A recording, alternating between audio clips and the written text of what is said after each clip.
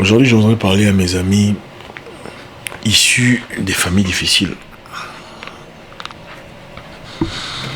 C'est-à-dire ceux-là qui n'ont pas eu ceux-là qui n'ont pas eu les avantages de la vie. Des familles pauvres, si vous préférez. Ceux-là qui n'ont pas toujours eu toutes ces bonnes choses que la vie a à offrir. J'espère que vous êtes là. Aujourd'hui, j'ai parlé à un groupe de jeunes très courageux. Ils m'ont posé beaucoup de questions et je n'ai malheureusement pas pu répondre à toutes les questions. Je vais quand même saisir cette opportunité, espérant que beaucoup parmi ces jeunes suivent cette vidéo. La vie est très difficile. La vie est injuste. Et ça, ce n'est pas nouveau. Et je sais que beaucoup parmi vous le savent. La vie est injuste. Certaines personnes naissent dans des familles où il y a tout.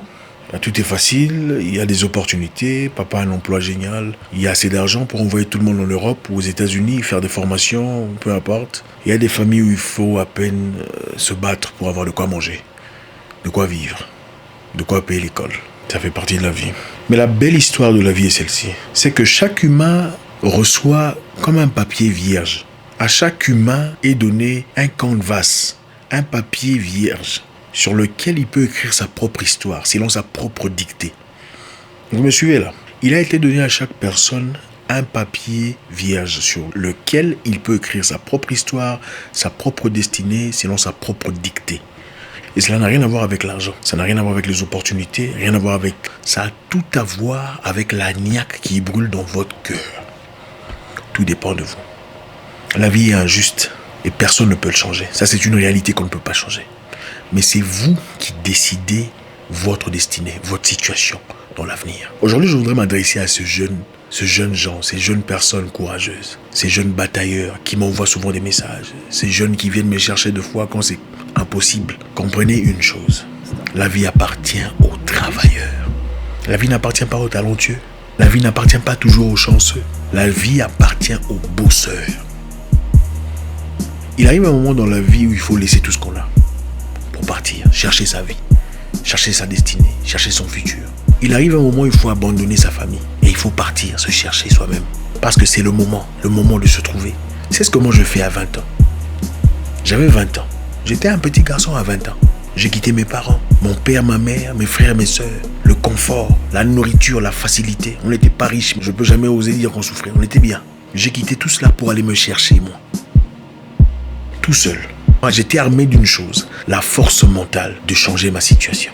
À travers cela, j'ai pu grandir. À travers cela, j'ai pu m'élever à des niveaux où je n'avais jamais été dans le passé. Comprenez une chose, si vous partez, ayez seulement la foi d'aboutir à votre objectif. Ne cherchez pas à comprendre comment vous allez y arriver. Ne cherchez pas à estimer mathématiquement, je vais dépenser 50 ici, ensuite 60 là-bas, ensuite il me sera donné 40. Vous n'y arriverez pas. Si vous essayez de comprendre logiquement comment est-ce que vous parviendrez à votre destination finale, vous n'y arriverez pas. La vie est bizarre. La vie n'a pas de formule exacte. Écoutez, quand vous prenez les escaliers pour aller au 8e niveau, est-ce que vous avez besoin de voir les escaliers du niveau 5? Non. Vous n'avez pas besoin de faire ça. Vous avez simplement besoin d'avoir la foi, de savoir que j'y vais. Je suis au 2e niveau, j'arrive au 3e niveau, ensuite au 8e niveau.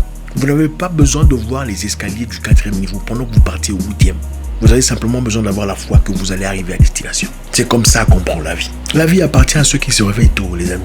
Vous êtes un jeune homme, vous essayez d'aider la famille, d'avancer dans la vie. Vous êtes issu d'une famille difficile. La vie appartient à ceux qui se lèvent très tôt le matin.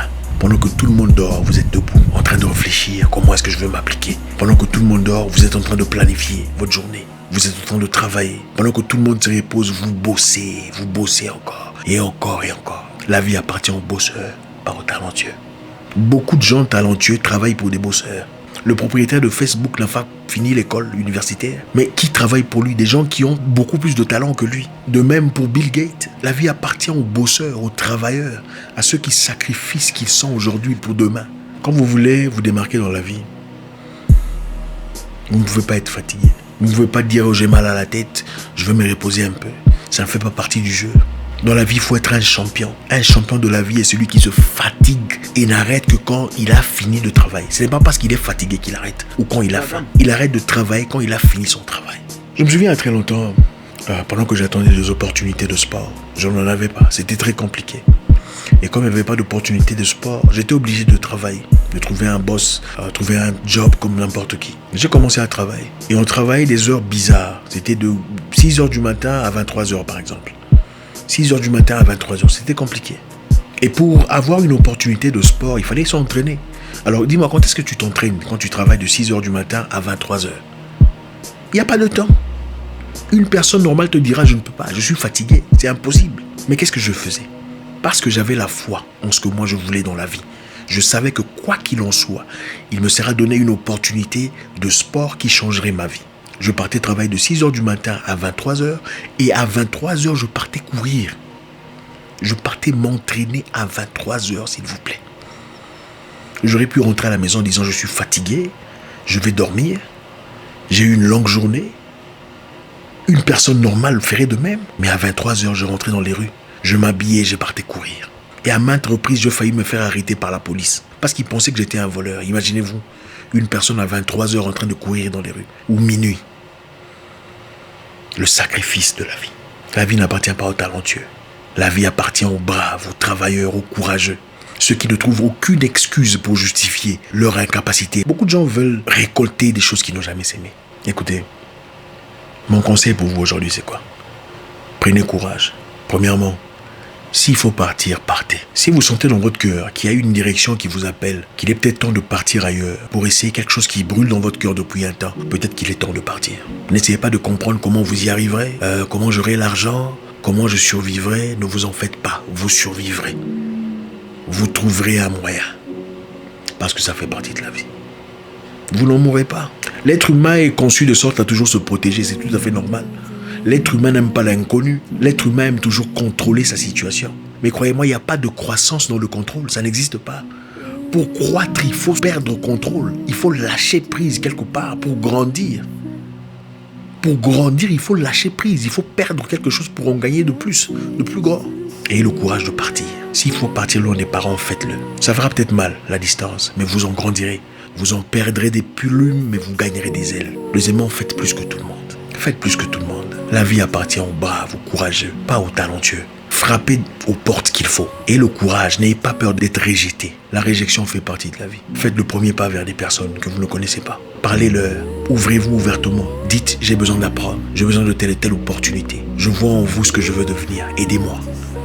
Et à partir de là, vous verrez les gens ouvrir leurs portes. Écoutez, aucun humain sur Terre n'aime pas des compliments. Ça n'existe pas. Quand vous allez vers une personne ouvertement, vous lui dites « J'apprécie ce que vous êtes et je souhaiterais que vous m'appreniez comment devenir comme vous. » Vous flattez son ego. Et en flattant son ego, immédiatement, il sent le besoin essentiel de vous prêter main forte. Vous pouvez vivre votre vie en restant où vous êtes, en faisant ce que vous avez toujours fait toute votre vie. C'est possible, c'est faisable. Vous pouvez aussi faire un choix de changer radicalement votre situation. 3. N'écoutez pas ces personnes qui vous disent que c'est impossible.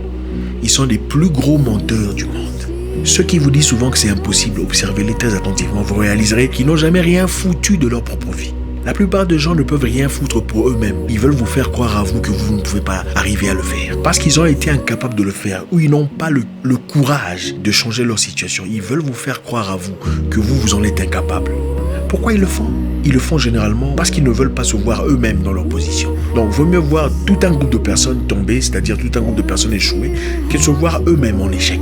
Ça, c'est la première raison. La deuxième raison, c'est peut-être parce qu'ils vous aiment vraiment. Et ils veulent vraiment vous protéger. Mais comprenez une chose, chacun sa destinée. Chacun sa vie. Chacun son avenir. Donc, ce n'est pas parce que Jacques ou Luc ou Mélissa ont été incapables d'aboutir quelque part que vous en serez incapable aussi. Chacun sa vie. Écoutez, même des gens qui naissent d'une même mère n'ont pas la même destinée. Vous pouvez naître des mêmes parents, dans la même situation, dans les mêmes conditions, mais vous n'avez pas devant vous les mêmes outillages pour les mêmes objectifs. Chacun sa vie. Dans une même famille naissent des docteurs, des ingénieurs, quelquefois des maçons. Chacun sa vie. Prenez courage de faire mieux que vos parents. Si on ne peut pas le faire sur le plan valeur, on peut au moins les rendre fiers de notre existence. Les amis, je ne suis pas ici en train de vous dire comment devenir riche. Je n'ai pas ces compétences-là. Mais les compétences que j'ai sont celles de vous montrer comment aboutir à vos objectifs personnels. Chacun peut y arriver. Si tu veux vraiment changer quelque chose dans ta vie, si tu veux vraiment changer ta situation, tu peux y arriver. Mais il faut être prêt à payer le prix. Ça fera mal, ça fera froid, Ça fera seul, mais il faut être prêt à payer le prix. Il faut être prêt à partir quand il le faut. Il faut être prêt à résister à la douleur, résister à la fatigue, bosser plus que tout le monde. Il faut être prêt à résister au découragement, à fermer ses oreilles, à écouter son cœur. Il faut grandir. Il faut arrêter de pleurnicher tout le temps. Oh, envoyez-moi de l'argent. Il faut grandir. Pour finir, je vais vous raconter. Mon père m'envoyait $200 chaque mois. À 21 ans ou 20 ans, je crois. 20 ans, 21 ans. $200 à la fin de mois. Pour payer la maison et manger. Je ne sais même pas c'était pourquoi.